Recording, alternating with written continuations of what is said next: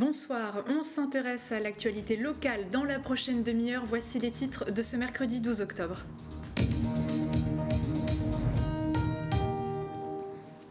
En France, les longues files d'attente pour aller faire le plein sont toujours d'actualité. De l'autre côté de la frontière, pas de pénurie, mais des prix plus élevés, ce qui n'empêche pas les Français de venir se servir dans les stations-service luxembourgeoises. Exemple dans cette édition. Aujourd'hui, le lâche, c'est vous. Ce sont les propos d'Alexandre Loubet, député RN de la 7e circonscription de Moselle, face au ministre de l'économie, Bruno Le Maire. Un échange houleux qui a abouti à une sanction pour l'élu mosellan. Il s'exprimera à ce sujet dans quelques instants. Cela fait plusieurs mois que cette famille congolaise attend de trouver un logement. Sans papier et sous le coup d'une obligation de quitter le territoire, la famille s'est installée sous une tente à Metz. Le collectif mosellan pour le droit au logement se mobilise depuis cet été pour faire bouger les choses. Le ciel de demain sera maussade avec un mélange de grisaille et de pluie en matinée. Météo qui se maintient l'après-midi avec des averses qui risquent de s'intensifier sur tout le département. Le thermomètre affichera 8 degrés le matin et jusqu'à 18 degrés. Et notre invitée ce soir est Sarah Aoutar, un visage qui ne vous est peut-être pas inconnu puisqu'elle est devenue ce week-end notre nouvelle Miss Lorraine 2022, un couronnement qui s'est déroulé à Toul sur lequel vous reviendrez. Bonsoir. Bonsoir. On vous retrouve dans quelques instants, on développe d'abord les titres.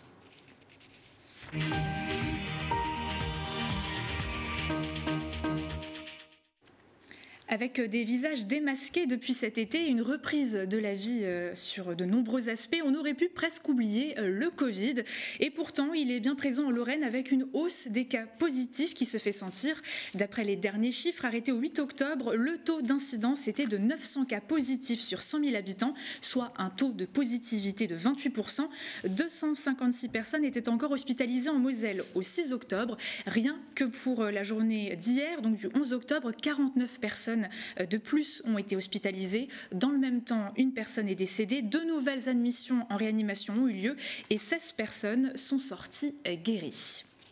Mais la grosse préoccupation de ces derniers jours, c'est bien la pénurie de carburant. Les files de voitures s'intensifient en France devant les stations-service, mais qu'en est-il de l'autre côté de la frontière?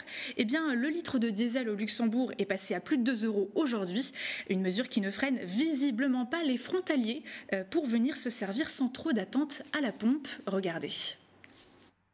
À la frontière, au Luxembourg, précisément à Dudelange, cette station essence ne connaît pas la foule. Ici et dans d'autres points de ravitaillement, pas de queue interminable pour pouvoir remplir son réservoir. Les premiers à en profiter sont les frontaliers. Je viens au Luxembourg par habitude et c'est vrai qu'en France, avec les queues qu'il y a dans les stations essence, c'est compliqué. Et vous voyez qu'ici, c'est plus pratique. Je suis venue ici au Luxembourg. Ça m'a coûté hier parce que j'ai mis 10 € à Metz. Mais bon, je suis venue ici pour rajouter quoi. Je sais pas, je suis un peu choqué parce qu'au Luxembourg on n'a jamais vu de ça par exemple, il n'y a jamais eu des files pareilles pour faire le plein, alors je suis un peu choqué, ouais. C'est parce que en France c'est plus possible de se servir librement aux stations de service parce qu'il y a une pénurie monstre et parce qu'on n'a pas le temps de faire des queues d'1 heure, même si le diesel reste un petit peu moins cher qu'au Luxembourg actuellement.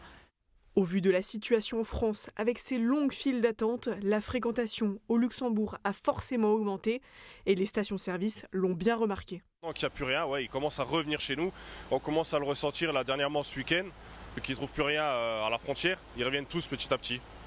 Mais bon, généralement c'est la même, ils râlent aussi du prix ici. Depuis aujourd'hui, le gouvernement luxembourgeois a décidé d'augmenter le prix du diesel, passant ainsi à plus de 2 € le litre. Visiblement, cette mesure ne freine pas ces frontaliers mosellans. On n'est pas, si sur 2-3 centimes, je ne pense pas qu'on soit énormément perdant ou énormément gagnant d'un côté ou de l'autre sur le prix, quoi. Avoir un plein à plus de 120 €, ça fait toujours quand même, voilà quoi. Ça fait un petit quelque chose quand même. Même si c'est 3 €, on est obligé d'avoir une voiture pour aller travailler.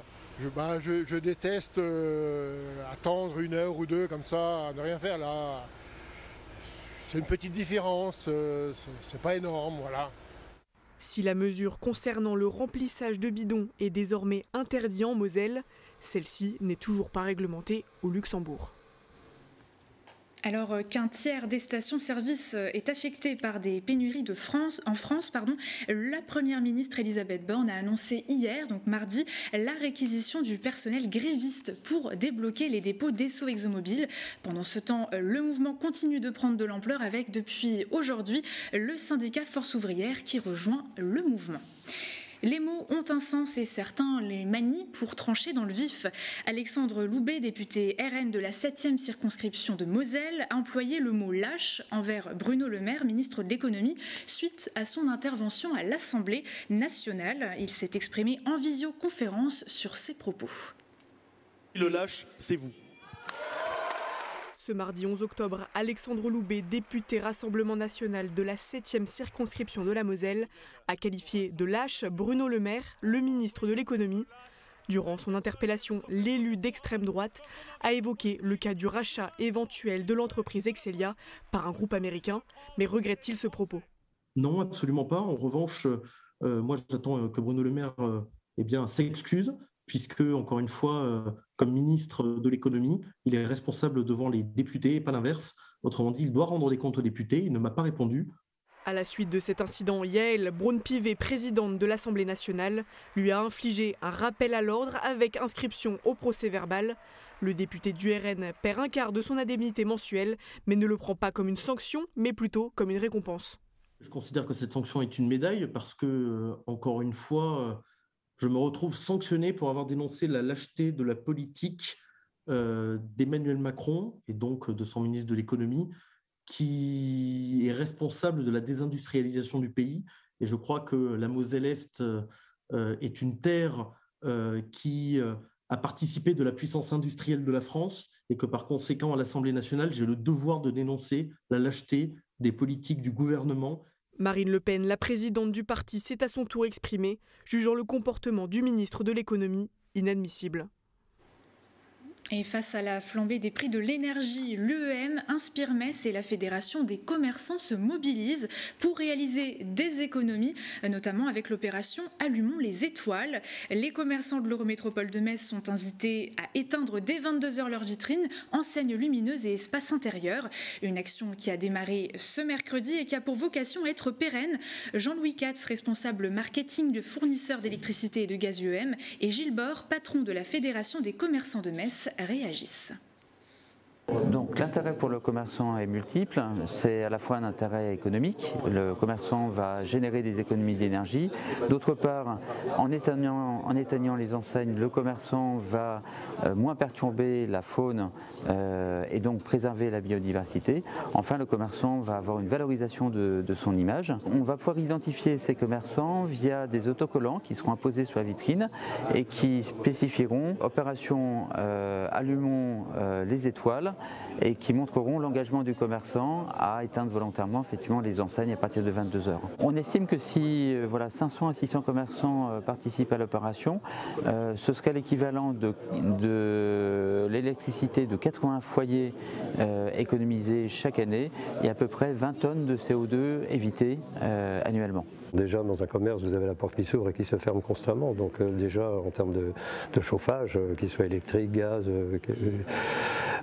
il y a pas une surconsommation, pardon, une consommation beaucoup plus importante.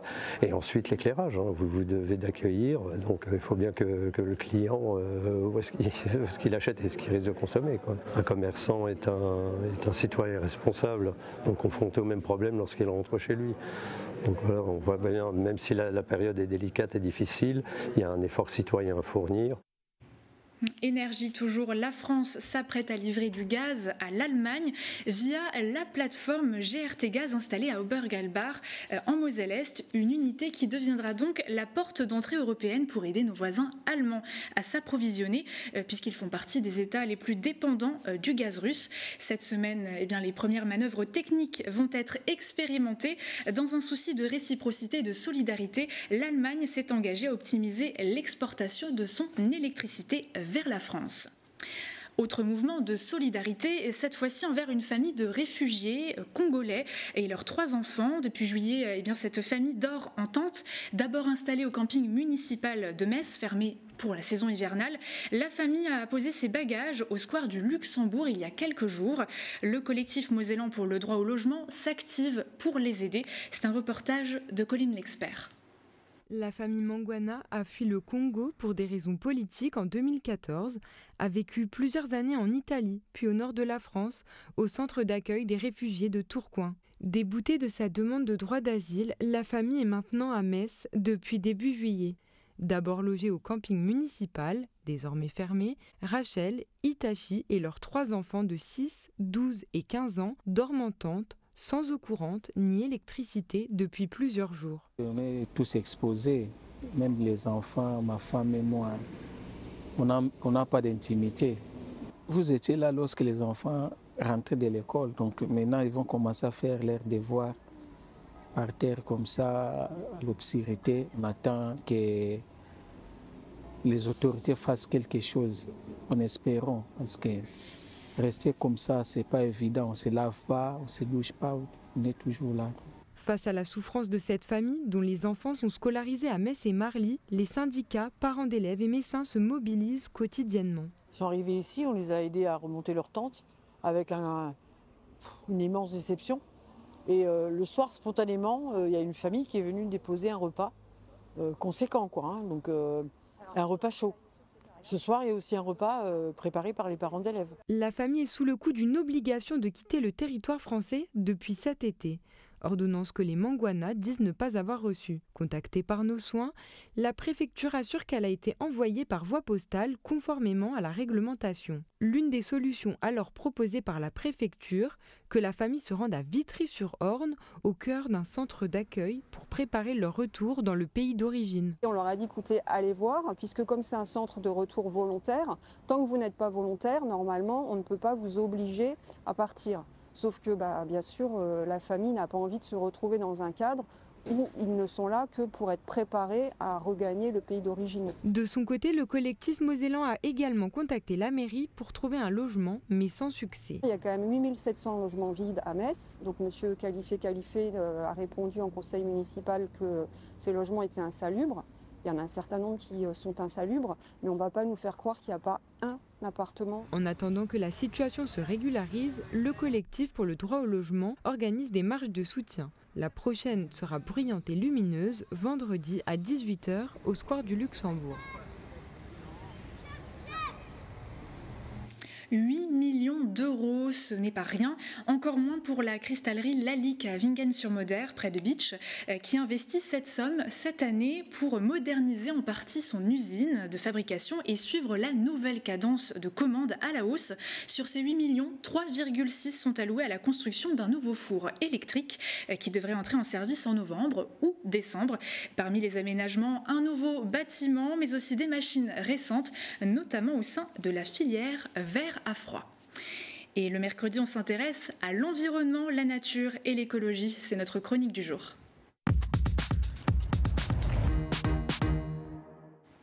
Que diriez-vous de réduire vos poubelles d'un tiers? C'est possible grâce au compostage et contrairement aux idées reçues, l'initiative n'est pas réservée aux personnes disposant d'un jardin. La preuve, en plein centre-ville de Metz, regardez. Dans la rue des Murs, au plein cœur du centre-ville de Metz, l'association Oppidum propose un compost partagé. Le compost, c'est le résultat d'une réaction biologique naturelle de dégradation de la matière organique. Il permet d'améliorer la qualité des sols et pour obtenir ce fertilisant pour plantes, il suffit de composter ces déchets de cuisine et de jardin. Donc les adhérents et les non-adhérents apportent ici donc, leurs déchets. Voilà, donc là on se retrouve ici avec des épluchures donc qui sont apportées. Ici, bien coupées, bien mélangées. On est à 2 mois et demi pour le compostage, comme vous pouvez voir ici. Ça, c'est 2 mois après. On est sur quelque chose encore qui est un peu humide et qui est un peu tiède encore. Il faut savoir que le compost monte jusqu'à 60-70 degrés là-dedans. Et au bout de 4 mois, voilà ce qui est devenu. Et là, on est sur quelque chose qui est totalement fin et qui sent la forêt. Plus que de sentir la bonne odeur de la forêt, composter permettrait de réduire en moyenne 30% de ces déchets. C'est sûrement ce qui motive les près de 70 adhérents de l'association Oppidum, comme Sylvain, à se rendre les mardis ou samedis soirs au compost partagé. Il suffit d'avoir un récipient hermétique qu'on peut fermer pour... nous, c'est un seau qu'on a acheté dans le commerce, en fait, c'est tout simple. Donc voilà, on met dans le seau, on ferme, et puis de temps en temps, on va le vider. Le projet a vu le jour il y a 5 ans grâce à une enveloppe de la mairie allouée lors du budget participatif. Initialement, le lieu était un jardin partagé qui est depuis devenu bien plus prospère grâce à la valorisation de toutes ces matières organiques. Le mélange entre le jardinage et le compostage sur le même site, c'est vraiment une symbiose parfaite. On peut dire que la qualité de notre jardin, c'est grâce à ça, grâce au compost qu'on a mis dedans. Il existe 7 sites de ce type à Metz, avec la loi AGEC qui prévoit qu'en 2024, tous les biodéchets devront être triés à la source et valorisés. D'autres composts devraient fleurir dans la région. Et vous l'avez entendu dans ce reportage, un peu partout à Metz, il existe 7 sites de compost partagés, rue Antoine, rue Drogon, rue des Murs, rue Belle-Île, rue Claudel, rue de la Grève ou encore rue Sainte-Chrétienne. Si aucun de ces composts ne se trouve à proximité de votre domicile, eh bien vous pouvez vous rapprocher de l'Eurométropole de Metz. Elle propose en effet de mettre à votre disposition le matériel nécessaire et de former des référents si un espace adapté est disponible. Après la culture de la terre, place à la culture tout court. Comme chaque mercredi, Alicia Iblot vous invite à ouvrir la boîte à malice. Au programme du jour, de la peinture avec le portrait de Jean-Pierre Tissier ou encore un voyage dans le 7e art avec un entretien autour de la parution du livre Le Grand Est au cinéma chez Materciné. Mais il sera également question de musique avec la 2e édition du Guitare 57 Festival à Marly que le président de l'association du même nom vous présente. La journée va se dérouler sur 3 temps. Le premier temps ouvert à tout le monde, c'est ici dans le hall du NEC, tout un tas d'exposants.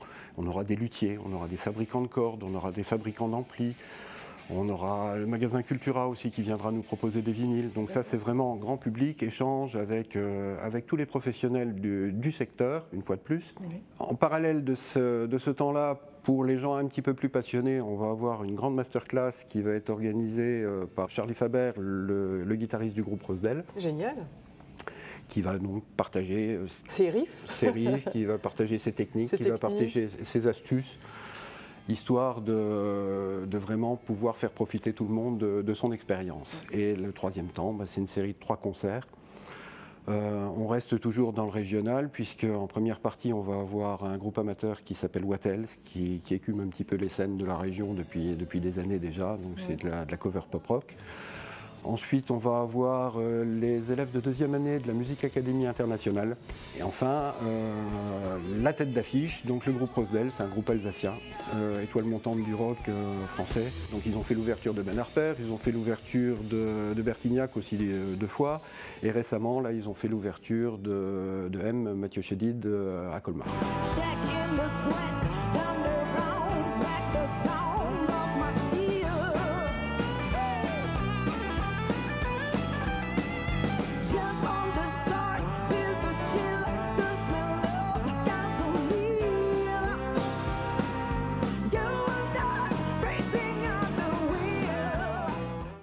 Une interview à retrouver bien sûr en intégralité ce soir à 19h dans la boîte à malice et sur notre site www.moselle.tv. Si vous êtes sensible à la cause ukrainienne et sensible à l'art de manière générale, cette œuvre à grande échelle devrait vous intriguer. Sur le parvis du centre Pompidou à Metz, l'artiste ukrainienne Victoria Sirouka a dessiné ou plutôt tagué des silhouettes de corps minimalistes mais lourdes de sens. Ces corps représentent les 421 enfants ukrainiens tués depuis le 24 février 2022, date du début de la guerre. Tout un symbole pour cette ressortissante ukrainienne. Ensemble, ça représente un oiseau. Ça prend en forme un oiseau qui s'envole vers l'Ukraine. À ce jour-là, on connaît 422 enfants qui ont été tués. On ne connaît pas tous les prénoms. Je voulais montrer cette ampleur de cette terreur qui mène, de cette agression qui mène la Russie sur notre pays. Et je pense qu'une image, c'est beau, ça veut dire, parfois, ça dit, c'est beaucoup plus simple de le dire par les messages illustratifs que de dire beaucoup de mots. Une œuvre engagée que vous pouvez donc observer, je le rappelle, sur le parvis du Centre Pompidou. Pour la suite de notre édition, eh bien, on retrouve comme promis notre nouvelle Miss Lorraine.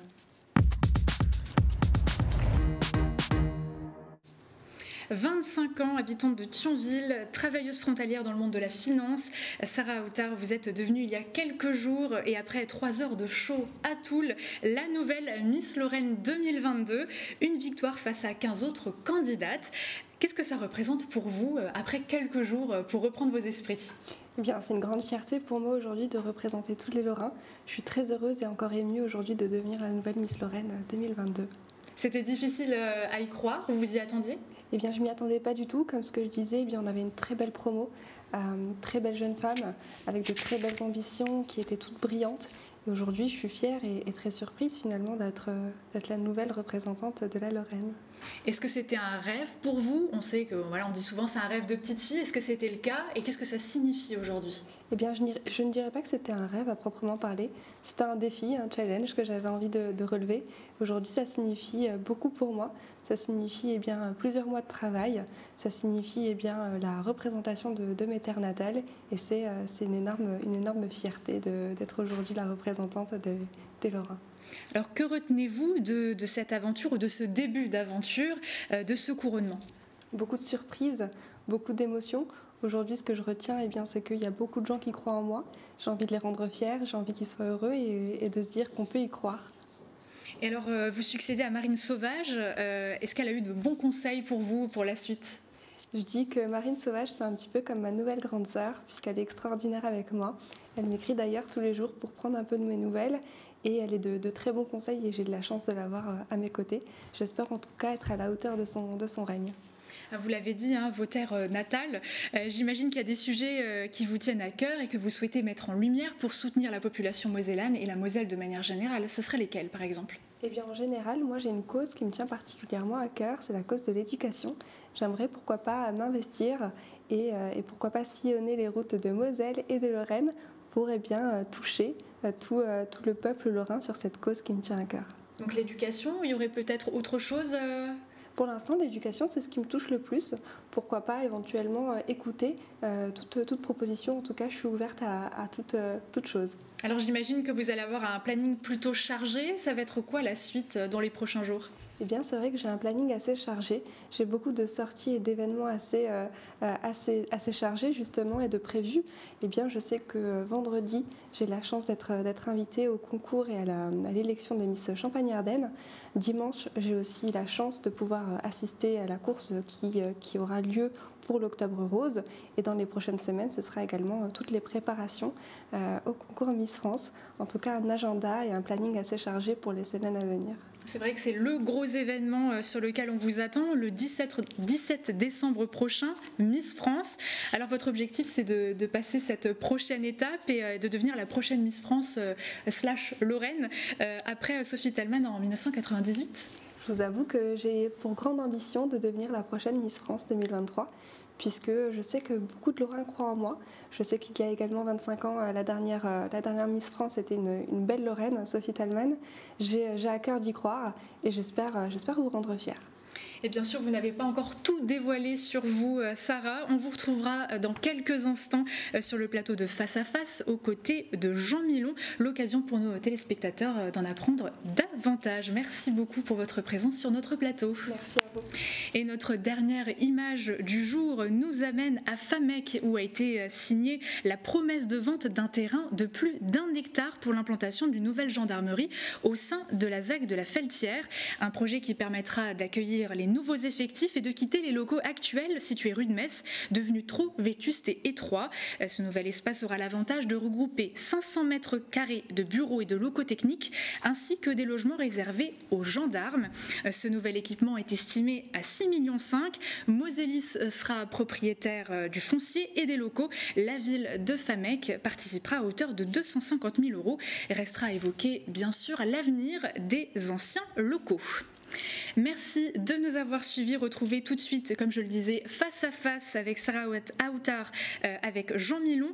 Retrouvez également, bien sûr, la boîte à malice à 19h. Très belle soirée et à demain sur Moselle TV.